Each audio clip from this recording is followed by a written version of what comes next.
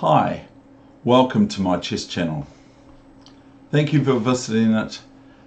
Today is the game between the All Blacks and the Springboks, or the South African team. And so I have here a moment in my time of my history, or a brief moment of my history, is I met Richie McCaw a few times. So Richie is pictured here with the other blob face here, which is me, of course. So here is Richie McCaw, and I was very proud of him yesterday when he brought the trophy back to the World Cup Chess Championships. I wish World Cup Rugby that is currently on, and I do not know the score of yesterday's game between the Japan and Russia. Japan, the host country. So I do not know what the end score or whatever, but I can figure that I think just from the build of certain races that I would surmise that it was a victory to the Russian team, but I don't want to go on record for saying that. But here is Richie McCaw, and what have I got for you today? So that's Richie McCaw there. Looks a wee bit different here than he does out there on the camera. So yeah, there you have it. So here, what have I got for you today? I have got an International Masters game, and I've just highlighted it. International Masters game from Sisak, Croatia. An international master who is rated at the time as international master. That's international master of chess, not of rugby. International rugby master of chess, rated at 2319. This is the highest rating I've beaten so far on chess.com in Blitz. So that's his rating for Blitz. I've checked him up, and I will say it's a male, but I won't go into detail of his name because I do wish to protect his name because I might get in trouble. So Croatia is my opponent, and my opponent is white in this 5-minute game that I haven't got my cell phone in this room today for obvious previous problem reasons. Here we go, let's get on with this game, okay, without further ado. So I'm black, of course, so here we go, on my cell phone. Everyone knows I play these moves. They are, frankly, the Dutch and the French at the same time, so it must be a strong team for black. Knight f6, but not really. There's lots of holes on the dark squares for black to worry about. So here comes e3.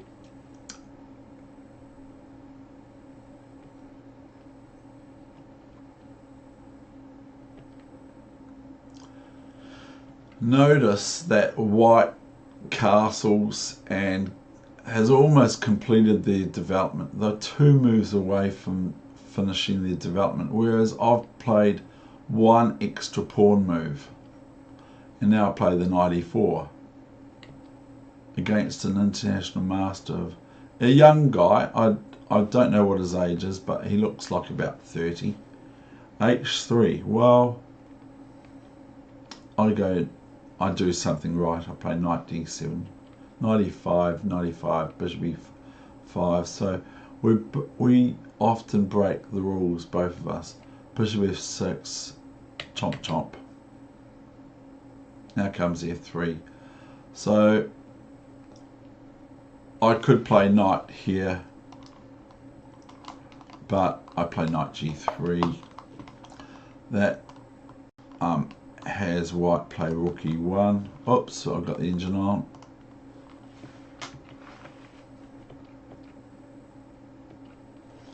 f4. It's amazing the engine didn't have anything to say about previous moves, actually. Queen d2. the other day I said about McCaw Tile, which I'm obviously going through McCaw Tile now. What else can I go over? Just an extremely perfect chess player. But I said quite loudly. Then there are two types of sacrifices: correct ones and my ones, which I said a bit loud. So sorry about that.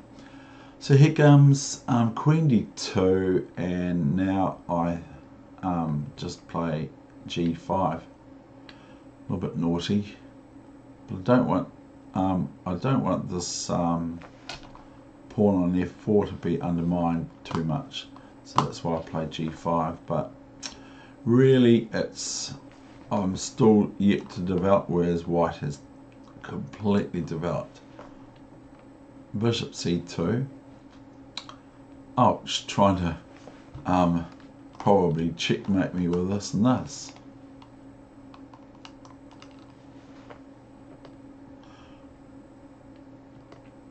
E4. Oh, that's why. Because now I cannot play Queen D4 check, which is not a bad check if I could do it, because of Queen takes Queen. So that's why Bishop C2 was not only that, but preparing E4. And so I take this pawn. Now what I take this pawn for is, I think, well, why not? Black's going to have this move played, probably, or something to that effect. And by playing DC4, I'm giving my opponent, White, something to worry about this situation here, which I can do if I play it properly. So here comes E5, and where do I go? Queen G7. I mean, I might as well protect if White does get this move in, Queen H7 checkmate, which can't happen anyway at this point because of the obvious big huge red marker, DC4 taking the queen, which sounds like a plane. Now comes A4. Now here I could play this move, but I don't. I think I play A5 here. Yes, I do. But I think that I could play A6, but it's a wee bit sort of greedy for the C pawn on C4. But I play A5. So this this pawn on C4, as I'm saying, of mine, this pawn here of C4, excuse me, is a problem possibly for White. White will probably want to pick it up somewhere along the line. So what White does next is 94, I believe. Now this immediately startled me. I thought, oh no, White's going to get knight F6 check in, and I go, oh no, this is not good. And then I thought, hang on a second, well, otherwise I can go here, but I'd take this knight, and bishop takes. So here, because this A pawn is on A5, I can't really play B5 now to protect the C4 pawn, which looks like it's going to be loose soon. But it's quite fun. I used to play in the Queen's Gambit as black. D4, D5, C4, DC4, and the Queen's Gambit accepted. And then when my opponent would play something like E3, I'd go Queen D5. Is it Queen D5? Yeah, Queen D5 to protect my pawn. And then I'd be threatening B5. And I'm just going off on a wavelength at the moment, but I used to play my queen to D5 and to A6. back then. H5. So while white's playing on the queen side to get the pawn back, sort of thing, I'm just going to think, I'll go down the king side. Queen c3. Now, obviously, white is attacking this pawn on c4, and I cannot play b5. If I play b5, then white will merely take this pawn with the a pawn, a b5, and then I do not really want to play cb5 because of bishop a8. So queen c3, yes, okay, you're going to pick up that pawn. I play g4. Now we have a succession of pawn captures on g4. This is the magic of Tau rubbing off on me. Rook f1 and king g7. This is an international master that I'm attacking, by the way. Rook f3, and who's defending? Rook h8, which I'm defending, of course. And double up of the rooks, and so I double up, and my opponent plays queen a5, probably the more sensible pawn to capture. And I play a move, I'm not saying it's any good or not, but here I play bishop c8, which is going to stop any entanglements with the queen c7 entry if it goes there. So, but the queen doesn't go back. So, the queen doesn't go to c7, goes to back to d2, which is now attacking this pawn so many times. So we're not too far away from the end, actually, believe it or not. I now play rook h4. So rook h4 is a wee bit overprotective, but I can actually play roughly what I played in the game. But I play rook h4, so I'm really protecting it. Now here, what the computer would play, I believe, is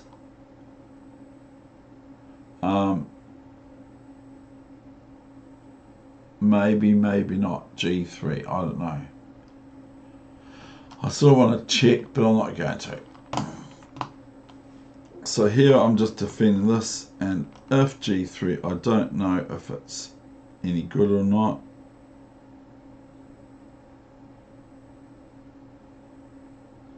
But it looks kind of very possible.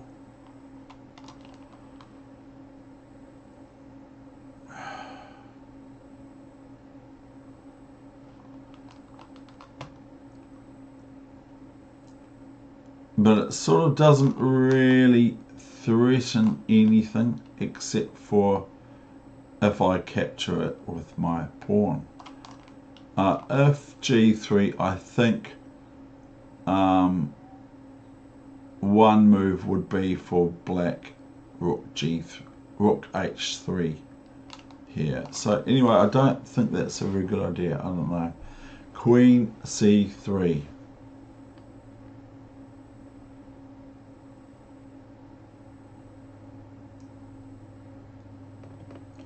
Queen g5.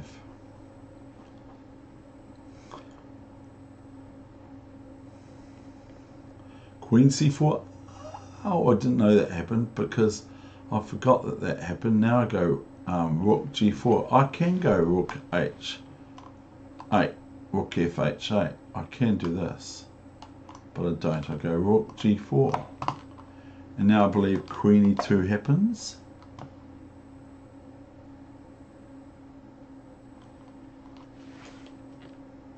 Rook h8, primitive really, isn't it?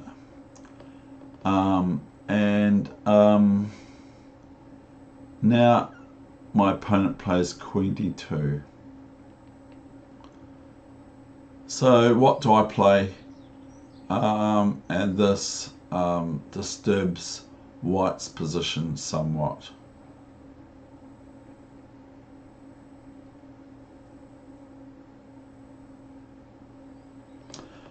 I play if you're ready for it.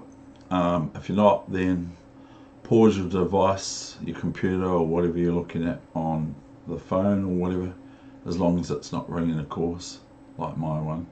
But here, pause if you don't want to see what I play, which is very sensible sort of thing, is Queen H4. Now, of course, Rook here is no good because I just play Queen takes Rook and I win a Rook for more or less nothing.